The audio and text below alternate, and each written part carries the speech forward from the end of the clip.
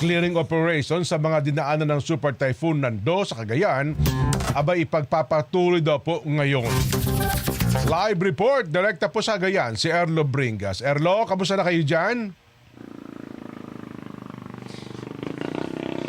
Kuya Jen, maganda na ang panahon dito sa Santa Ana, Cagayan. Ito yung lokasyon kung saan nakaramdam ng mas malalang epekto ng super typhoon na Nando kahapon. At kaugnay nga nung pananalasa ng bagyong Nando, ipagpapatuloy ang ginagawa namang clearing operation ng mga kawani ng Disaster Risk Reduction and Management Office, katuwang ang Philippine Coast Guard, doon sa mga nagtumbahang puno at mga humambalang sa mga kalsada sa maraming bayan dito sa Cagayan. Kasunod nga yan ng naranasan na malakas na hangin na may kasamang ulan kahapon itong Lunes na dulot ng bagyong Nando.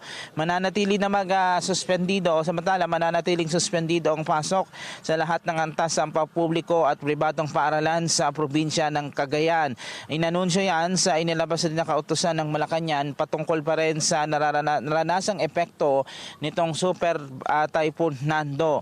At bagamat kanselado ang mga pasok sa mga paaralan, hindi naman sakop ng kautusan ang kanselasyon ng klases ng pasok sa mga tanggapan ng gobyerno, pero maaari pa rin magdeklara mga LGU ng suspensyon sa kanilang nasasakupan kung kinakailangan.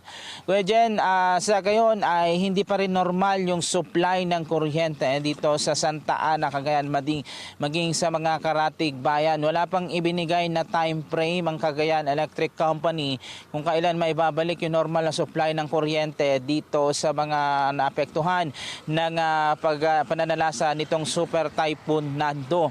At sa ngayon, Kuya Jen, may mga establishmento naman ditong bukas na pero nananatiling pinapagana na lamang muna ng mga generator set. Sa ngayon ay yung ibang mga residente pinabalik na rin sa kanilang mga tahanan matapos na lumikas dahil sa bagyong Nando. Yung muna ang update narito sa Cagayan. Erlo Bringas para sa 100% balita.